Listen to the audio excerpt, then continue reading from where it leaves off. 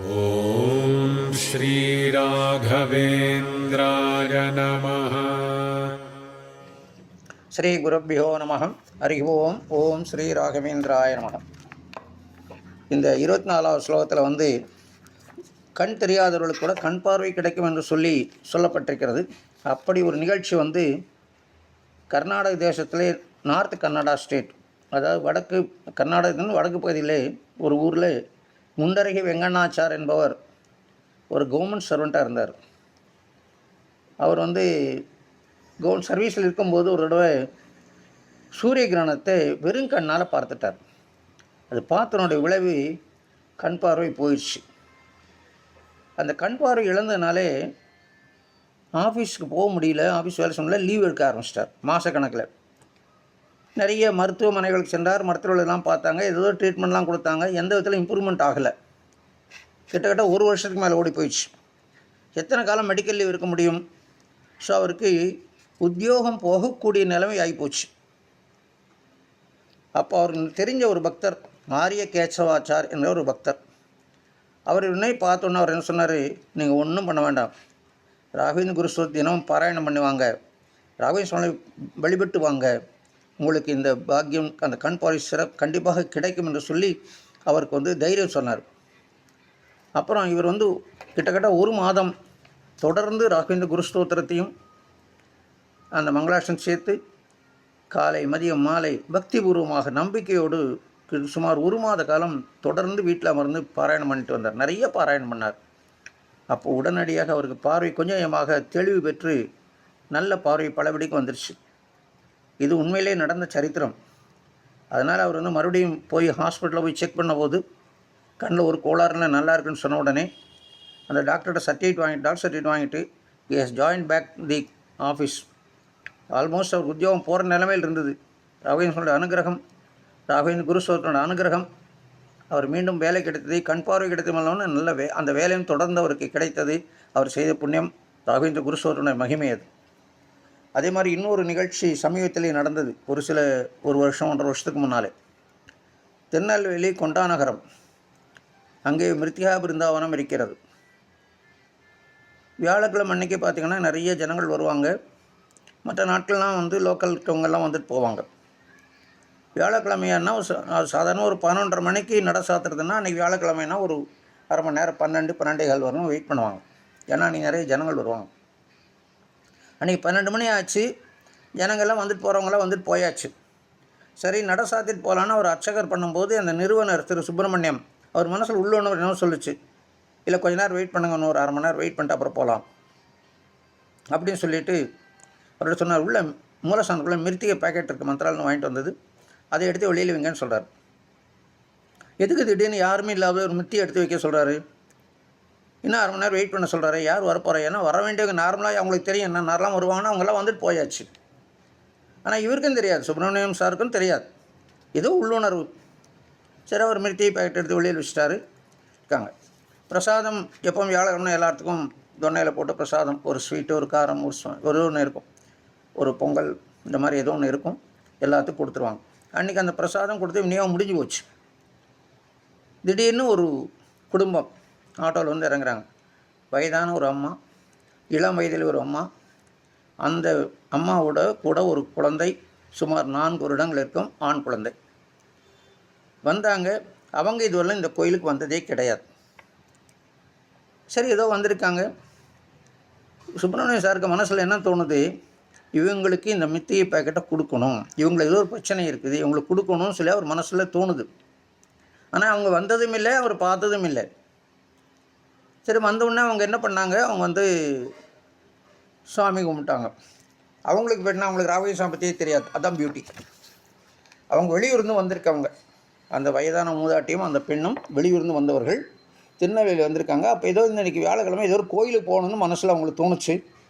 எங்கே போகலான்னு சொன்னால் அங்கே பக்கத்தில் இந்த நேரத்துக்கு எல்லா கோயிலும் மூடி இருப்பாங்க, கொண்டாநகரம் ராகவேந்திர கோயில் தரங்க வாய்ப்பு இருக்குது, நீங்கள் எங்கே போங்கன்னு சொல்கிறாங்க. உடனே ஆட்டோ எடுத்துகிட்டு கொண்டாநகரம் ராகவேந்திர கோயிலுக்கு வந்திருக்காங்க.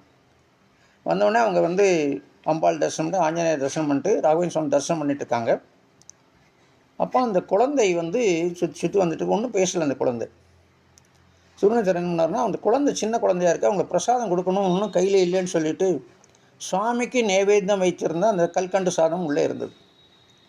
டக்குன்னு அவர்கிட்ட சொல்லி அந்த கல் சாதம் எடுத்து கொடுங்கன்னு சொல்லிட்டு அந்த கல்கண்டு சாதம் தொண்டையில் வச்சு அந்த குழந்தை கையில் கொடுத்தார். சின்ன குழந்தை தானே, உடனே அந்த கல்கண்டு சாதத்தை எடுத்து வாயில் சாப்பிட்டுது. சாப்பிட்டு முடிச்சோன்னா அம்மான்னு கூப்பிட்டுது.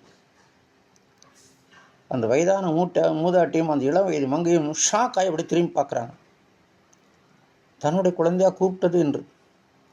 அது கேட்ட உடனே மறுபடியும் அம்மான்னு இந்த குழந்தை கூப்பிடு. அப்படியே கண்ணில் தண்ணி விட்டு அந்த குழந்தைய அணைச்சிக்கிறாங்க. ஒன்றும் புரியல யாருக்குமே. அப்புறம் கொஞ்ச நாள் சாவசம் முன்னே அவர் வந்து தீர்த்தம் மந்திராஷ்டிரம் கொடுத்துட்டு இவர் வந்து நீங்கள் எங்கேருந்து வர்றீங்க, என்ன விசேஷம்னு கேட்குறாரு. ஏன்னா மிருத்திய பெயர் கொடுக்கணும்னு வச்சுருக்காரு. ஆனால் அதுக்கு முன்னால் யாரும் தெரிஞ்சுட்டு கொடுக்கலாம் அப்படின்னு ஒரு இதுக்காக கேட்குறாரு. அவங்க சொல்லுவாங்க, நாங்கள் வந்து எங்களுக்கு ராகவேந்திர சுவாமி இது என்ன சுவாமின்னு எனக்கு தெரியாது. ஆனால் இங்கே வரும்போது சொன்னாங்க ராகவேந்திர சுவாமின்னு சொன்னாங்க. அவர் யாருன்னு எனக்கு தெரியாது. ஆனால் இங்கே வந்த உடனே எங்களுக்கு ஒரு அனுகிரகம் கிடைத்து விட்டது. எங்களை யாருன்னு தெரியாமல் நாங்கள் ஒரு கொய்யெடுத்து கும்பிட்ட உடனேயே எங்களோட பிரார்த்தனையை நிறைவேறின்னு சொல்லி ராகவேந்திர சுவாமி பிருந்தாவனத்துக்கு முன்னால் நின்று நாங்கள் வந்து அந்த கோயில் முன்னால் நின்று நாங்கள் கையெடுத்து கொண்டு பிரார்த்தனை பண்ண அடுத்த நிமிஷம் எங்களுக்கு அனுகிரகம் கிடச்சிருச்சுன்னு சொல்லி கண்ணில் தண்ணி விட்டுட்டு சொல்கிறாங்க. என்ன விஷயம்னு கேட்டால், அந்த 4 வயது குழந்தை இதுவரையில் பேசுனதே கிடையாது. எவ்வளவோ முயற்சியெல்லாம் பண்ணாங்க, மருத்துவம்லாம் பண்ணாங்க, டாக்டர்லாம் கேட்டாங்க. அவங்க சொல்கிறாங்க, இது வந்து இந்த குழந்தை பிறவி உண்மையாக இருக்கிறது வாய்ப்புகள் நிறையா இருக்குது, இருந்தாலும் பார்க்கலாம் அப்படின்னு சொல்லி அவங்ககிட்ட டாக்டர்லாம் கைவிட்டுட்டாங்க. அப்போது இந்த கல்கண்டு சாதம் பிரசாதம் உள்ளுக்குள்ளே சாமிக்கு நைவேத்தியம் பண்ண பிரசாதத்தை ஒரு வாய் அந்த குழந்தை சாப்பிட்ட உடனே, அந்த குழந்தை அம்மா என்று அழைத்த உடனே அந்த குழந்தையோட தாயாரும் பாட்டியும் ஷாக் ஆகிட்டாங்க. அதுதான் விஷயம். ஊமையும் பேசும், வாய் பேசாதவர்களோடு பேசக்கூடிய சக்தி அனுகிரகம் ராகவேந்திர சன்னிதானத்தில் இருக்குது என்பதற்கு இது ஒரு நிரந்தர நிதர்சனமான உண்மை. அதுக்கப்புறம் இவர் வந்து அந்த நிறுத்தியை பாக்கெட் எடுத்து கொடுத்து, நீங்கள் இந்த மிருத்திகையில் கொஞ்சமாக தண்ணியில் கலந்து அந்த தீர்த்தத்தை மேலே கை வச்சு ஸ்ரீ ராகவேந்திராய நமக என்ற 108 சொல்லி அந்த குழந்தை தினம் கொடுத்துவாங்க. நல்ல குழந்தை பேசுவான்னு சொன்னாங்க. அந்த குழந்தை இப்பொழுது நன்றாக பேசிக்கொண்டிருக்கிறது என்பதுதான் நமக்கு ரொம்ப சந்தோஷத்தை தரக்கூடியதான செய்தி. அதுவெல்லாம் வாயை திறந்து பேசாத குழந்தை. டாக்டர்லாம் இது ஊமை குழந்தையாக இருக்கலாம் என்று ஆல்மோஸ்ட் அவங்க கன்ஃபார்ம் பண்ணுற ஸ்டேஜில் ராகவேந்திர சொன்ன அனுகிரகத்தினாலே அந்த குழந்தை மிக நன்றாக பேசிக்கொண்டிருக்கிறது இப்பொழுது. அது மாத்திரம் இல்லை, அதுக்கு பிறகு அவங்க சம்மந்தப்பட்ட ஒரு குடும்பத்தில் இவங்க சொன்ன உடனே அவங்க ரிலேஷன்ஸ் எல்லோரும் வர ஆரம்பித்தாங்க. 3 பெண் குழந்தைகளுக்கும் திருமணமே ஆகாமல் தள்ளி போயிட்டே இருந்தது. இங்கே திருநெல்வேலியில் இந்த கொண்டானாரம் ராகவேந்திர சன்னதிக்கு வந்து அவங்க தொடர்ந்து அவங்க பிரார்த்தனை பண்ண ஆரம்பிச்சோன்னே அந்த 3 பெண்களுக்கும் திருமணமாகி அந்த குழந்தைகளுக்கும் அவங்களுக்கும் ஒரு வாரிசு, எல்லாத்துக்கும் ஒரு வாரிசு குழந்தை பாக்கியம் கிடைத்திருக்கிறது. ராகவேந்திர சுவாமியோட அனுகிரகம் இருந்தால் எது வேணாலும் நடக்கும். அதுக்கு நம்ம பரிபூர்ணமான பக்தி. ஏன்னா முதல்ல அந்த வாய் பேசாத குழந்தையுடைய தாய்க்கும் அல்லது பாட்டிக்கும் ராகவேந்திர சுவாமி யாருன்னு கூட தெரியாது. ஆனால் வந்து அங்கே பிருந்தாவன முன்னாலன்னு இதுதான் ராகவேந்திர சுவாமின்னு சொன்னதுனால ராகவேந்திர சுவாமின்னு சொல்கிறாங்க. அவர் யார் மகானா ஒன்றும் தெரியாது அவங்களுக்கு. ஆனாலும் அவங்க பிரார்த்தனை, இந்த குழந்தைக்கு எப்படியானு வாய் பேசி பேச வைங்க, எங்களுக்கு யாரும் கதி இல்லை. சாட்சியா டோட்டலான சரண்டர். அந்த பக்தி, உண்மையான பக்தி, களங்கமில்லாத பக்தி, நம்பிக்கை உடனடியாக கைமேல் குருராஜோட அனுகிரகம் கிடைத்திருக்குது. ஸோ யார் குருராஜரை நம்பி நம்ம பிரார்த்தனை பண்ணாலும் சார், அது வாய் பேச முடியாது, ஊமையாக இருக்கட்டும், கண் தெரியாத குருடனாகட்டும், எல்லாத்துக்கும் அனுகிரகம்தான்.